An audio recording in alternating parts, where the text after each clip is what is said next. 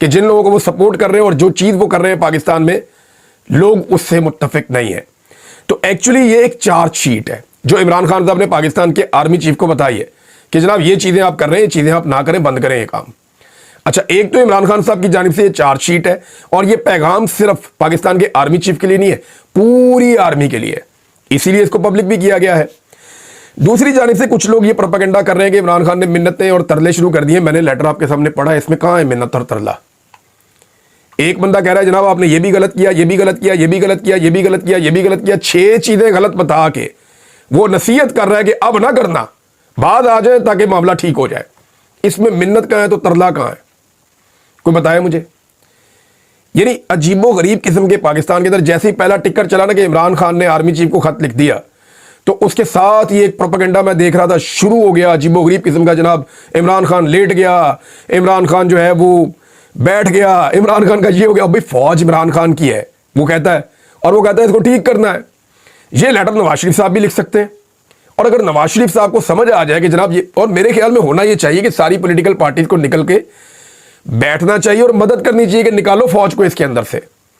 یہ فوج کے کرنے کے کام تھوڑی ہے کہ یہ سیاسی جماعت لے کر آنی ہے، یہ والی نہیں لے کر آنی. یہ والا جو اینکر ہے یہ پروگرام کرے گا اور یہ والا اینکر پروگرام نہیں کرے گا. اس کو بین کر دو اور اس کو رہنے دو. عدالت میں کون سا جج ہونا چاہیے اور کون سا نہیں ہونا چاہیے. یہ والا بندہ جو ہے اس کو جبری طور پہ لاپتہ کر دو اور اس کو نہ کرو. یہ چیزیں فوج کے کرنے کی ہے ہی نہیں. ان کا کام ہے بارڈر پہ سیکیورٹی کا، باقی دھندے سارے چھوڑ دیں. اور اس کو چھڑوانے کے لیے تمام پاکستانی سیاسی قیادت کو اگر مل کر بھی رول پلے کرنا پڑے تو وہ کر سکتے ہیں، کرنا بھی چاہیے. کیونکہ پاکستان کو حل کی طرف جانا ہے، جنگ کی طرف نہیں جانا.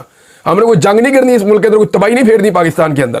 ہم نے ان معاملات کا حل نکالنا ہے. اور لیڈر وہی ہوتا ہے، سیاستدان وہی ہوتا ہے، لیڈر وہی ہوتا ہے جو کوشش کرے کہ معاملہ کسی لڑائی کے بغیر حل ہو جائے، جو کوشش کرے کہ بغیر خون خرابے کے مسئلے کا حل نکل آئے. اب عمران خان صاحب نے حجت تمام کر دی ہے. آرمی چیف کو بھی لکھ دیا خط، چیف جسٹس کو بھی لکھ دیا خط، آئینی بینچ کے سربراہ کو بھی لکھ دیا خط. سب کو عمران خان صاحب نے بتا دیا. عالمی اداروں کو بھی عمران خان صاحب نے لکھنا شروع کر دیا ہے. کئی دنیا کے مختلف ممالک کو بھی اب لیٹرز لکھے جائیں گے، وہ بھی کام شروع کر دیا ہے. تو عمران خان صاحب اپنی نئی تحریک شروع کرنے سے پہلے جو اپنے ہارڈ لائنرز کو وہ سامنے لے کر آئے، جن میں جنید اکبر اور عالیہ حمزہ بہت فرنٹ فوٹ پہ جا رہے ہیں، اور علی اعجاز بٹر صاحب بھی ہیں، آج کل ان کا بھی بڑا نام آ رہا ہے، اور بھی بہت سارے لوگوں کا ہے. تو یہ جو جس طرح کی یہ ٹیم بنی ہے اور جس طریقے سے یہ مومنٹم پکڑ رہے ہیں، آنے والے دنوں میں انہوں نے سڑکوں پہ آنا ہی آنا ہے. اور عمران خان صاحب کی بہن بار بار باہر نکل کے بتاتی ہیں کہ عمران خان نے کہا کہ فیصلہ تو سڑکوں پہ ہی ہوگا. لہذا یہ ایک چارج شیٹ تھی اور یہ ایک خط ہے، اور خط کے اندر شکوے ہیں نا، سارے شکوے ہیں. کہیں پہ عمران خان صاحب نے کوئی تعریف تو کی نہیں. عمران خان صاحب نے سارے شکوے کیے ہیں اور ان کو ٹھیک کرنے کے اینڈ میں عمران خان صاحب نے ایک سابق وزیر اعظم کے طور پہ، ایک تجربہ کار سیاستدان کے طور پہ انہوں نے مشورہ بھی دیا ہے. اب یہ خالی آرمی چیف کے لیے نہیں، میں نے آپ کو بتایا کہ یہ جیسے سنانا کسی کو اور بتانا کسی کو، تو یہ وہ والا معاملہ ہے. اب یہ جناب 6 چیزیں ہیں اور عمران خان صاحب فوج کو اس کی آئینی حد کے اندر لے کر جانا چاہتے ہیں. یہ بات آپ کو یاد ہے علی امین گنڈا پور نے کہی تھی ایک دفعہ جلسہ کرتے ہوئے اسلام آباد میں کہ اپنا ادارہ ٹھیک کرو، پہلے اپنا ادارہ ٹھیک کرو. تو یہ وہ علی امین گنڈا پور صاحب نے اس دن جو بات کی تھی، آپ اس کو اس کے ساتھ جوڑ کر دیکھ سکتے ہیں. ایک اور چیز ہے ناظرین، اب فوجی عدالتوں والا معاملہ بہت بری طرح گلے پڑ گیا اس حکومت کے، بہت بری طرح گلے پڑ گیا. کیونکہ جو یورپی یونین کا وفد گیا ہے ان کا سارا فوکس زیادہ تر اس کے اوپر رہا کہ فوجی عدالتوں میں سویلینز کو سزا کیوں ہو گئی. اب یہ جو ہے خالصتاً جو فوجی عدالتوں کی خواہش تھی یہ اسٹیبلشمنٹ کی جانب سے تھی. حکومت کا اس سے کوئی لینا دینا ہی نہیں تھا. حکومت کے تو نظر میں یہی ہے نا کہ آپ مقدمے چلائیں ان کے اوپر. اب اس کا کرائٹیریا بڑا عجیب تھا. کچھ بندے ہیں سیم جرم کے، ان کو لے گئے فوجی عدالتوں میں. کچھ بندے ہیں سیم جرم کے، ان کو لے گئے سول عدالتوں کے اندر، دہشت گردی کی عدالتوں کے اندر، جو سویلینز کی عدالتیں ہیں وہاں پہ لے گئے. تو یہ کچھ سمجھ نہیں آئی کہ یہ بندہ ادھر کیوں چلا گیا اور یہ بندہ ادھر کیوں چلا گیا. اور پھر یہ بھی سمجھ نہیں آئی کہ ایک دم ہی سب کے فیصلے آ گئے. جب دباؤ پڑا عالمی سطح پہ تو ایک دم ہی سب کے فیصلے آ گئے. تو یہ ملٹری اسٹیبلشمنٹ کی خواہش تھی، خواہش تو پوری ہو گئی ہے. لیکن اب سیاستدان بیچارے مجبوراً نعرے لگا رہے تھے. جب آپ اسٹیبلشمنٹ کی گود میں بیٹھ کے آپ اقتدار میں آئیں گے اور آپ نے لاسٹک کی شلوار پہنی ہوگی تو پھر آپ کو وہ کہیں گے زندہ باد کہو تو آپ زندہ باد کہیں گے، آپ کو وہ کہیں گے مردہ باد کہو تو پھر آپ مردہ باد کہیں گے. تو یہی آپ کر سکتے ہیں. اب معاملہ یہاں تک پہنچ گیا ہے کہ عدالت کے ذریعے سے ایسا دکھائی دیتا ہے کہ شاید فوجی عدالتوں کا کانٹا نکال دیا جائے گا تاکہ عالمی سطح پہ جو پاکستان کی بدنامی ہو رہی ہے یا جو نقصان ہونے جا رہا ہے اس نقصان سے بچنے کی کوشش کی جا سکے. اس کے اوپر ایک پروپیگنڈا تیار کیا جا رہا ہے, وہ میں آپ کو پہلے بتا دیتا ہوں. بہت سارے ٹاؤٹس یہ کہیں گے کہ دیکھیں جی جن کو سزا ہوئی اب وہ سزائیں کالعدم قرار دے دی گئی ہیں, تو کون انصاف دے گا اس ملک میں؟ جب کوئی جتھا چاہے گا اٹھے گا اور اٹھ کے جو ہے وہ تنصیبات کے اوپر حملہ کر دے گا, جب کوئی جتھا چاہے گا اٹھے گا اور اٹھ کے جو ہے وہ فوجیوں کے اوپر اٹیک کر دے گا, تو ان کو کون پروٹیکشن دے گا؟ تو بات یہ ہے کہ ان کو بھی وہی پروٹیکشن دے گا قانون جو باقی سارے پاکستانیوں کو دے رہا ہے. یہ ٹاؤٹس جب بھی آپ کو یہ کہنا تو آپ نے ان کو یہ کہنا ہے کہ وزیر اعظم کا گریبان پکڑا گیا, اس پہ تم کیوں نہیں بولے؟ وہ بھی تو غیر قانونی تھا, غیر آئینی تھا. غیر قانونی اور غیر آئینی طور پہ بے شمار لوگوں کو اغوا کیا گیا, سابق وزیر اعظم اغوا کر لیا گیا, پارلیمان کے اوپر اٹیک کیا گیا, اس پہ بھی بولنا چاہیے تھا, وہ بھی طاقت کے بلبوتے پہ کیا گیا.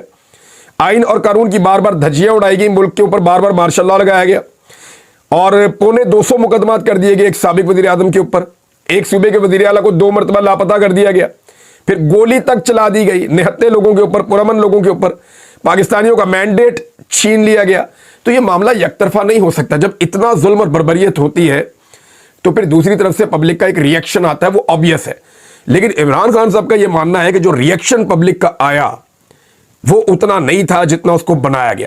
وہ یہ کہتے ہیں یہ بائی ڈیزائن تھا. اور میں نے آپ کو بتایا کہ امریکن ایک فرم ہے, اس کی تحقیقات کے ذریعے سے پاکستان تحریک انصاف نے یا اوورسیز پاکستانیوں کے گروپ نے باقاعدہ وہ اپنے پاس رکھی ہوئی ہیں, جنہیں وہ ڈونلڈ ٹرمپ کی حکومت کے ساتھ اب شیئر کریں گے اور اس کو دوبارہ سے پبلک کریں گے. اور ان تحقیقات کے مطابق ان کے پاس ثبوت موجود ہیں کہ یہ 9 مئی کے بارے میں وہ یہ کہتے ہیں کہ یہ بائی ڈیزائن تھا, تحریک انصاف کو ٹریپ کیا گیا اس سارے معاملے کے اندر. یہ اس تحقیقات کے اندر وہ اس کنکلوژن پہ پہنچے ہیں. ناظرین, عمران خان صاحب کو دی جا رہی تھی آفر اور ڈیل, اب اس کی گواہی جو ہے وہ علی امین گنڈا پور نے بھی دے دی ہے. گنڈا پور نے کہا کہ عمران خان کو نتھیا گلی اور بنی گالا یا وزیر اعلیٰ ہاؤس منتقل کرنے کی تجویز دی گئی. آمنے سامنے بیٹھیں گے تو مسائل حل ہوں گے.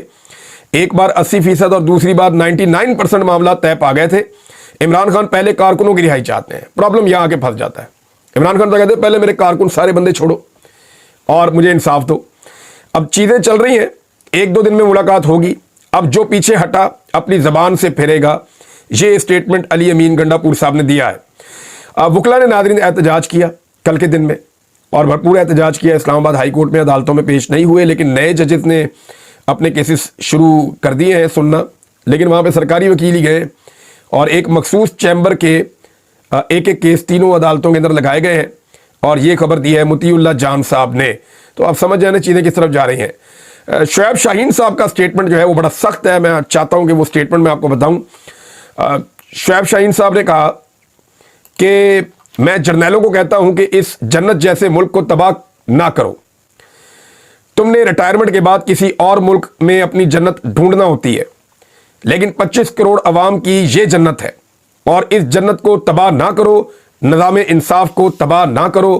یہ جناب ایڈوکیٹ شعیب شاہین صاحب کہہ رہے ہیں. پاکستان تحریک انصاف کے فارم 45 کے مطابق تو یہ MNA ہے, لیکن ان کو الیکشن زبردستی ہرایا گیا اور گناہ ان کا صرف اتنا تھا کہ یہ پاکستان تحریک انصاف کے رکن تھے. ایک اور خبر ناظرین, عالیہ حمزہ صاحبہ نے سٹیٹمنٹ دیا ہے. میں بڑے عرصے سے آپ کو یہ بات کہہ رہا ہوں کہ عمران خان صاحب جب ٹویٹ کرتے ہیں ان کی پارٹی کے لوگ اس کو ری ٹویٹ ہی نہیں کرتے ہیں.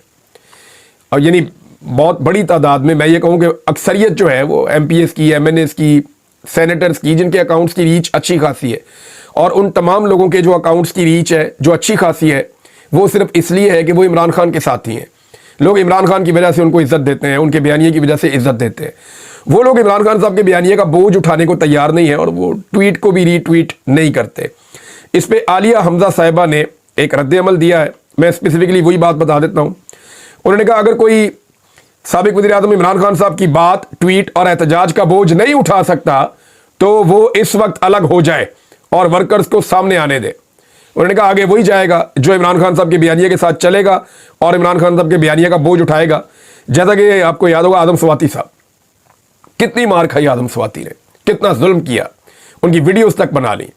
بزرگ آدمی کو ان کے کپڑے اتارے گئے, انہیں مارا گیا, انہیں رسوا کیا گیا, لیکن وہ آدمی پوری طاقت کے ساتھ عمران خان کے ساتھ کھڑا رہا اور ابھی بھی کئی مہینوں سے ان کو جو ہے وہ جیل میں رکھا ہوا تھا. کل رات کو ان کی رہائی ہوئی ہے جیل سے اور کارکنوں کے ساتھ وہ جا رہے تھے. ان کی حالت بھی کافی خراب ہے, ان کا ٹریٹمنٹ بھی جو ہے وہ دوران قید ہی ہوا ہے.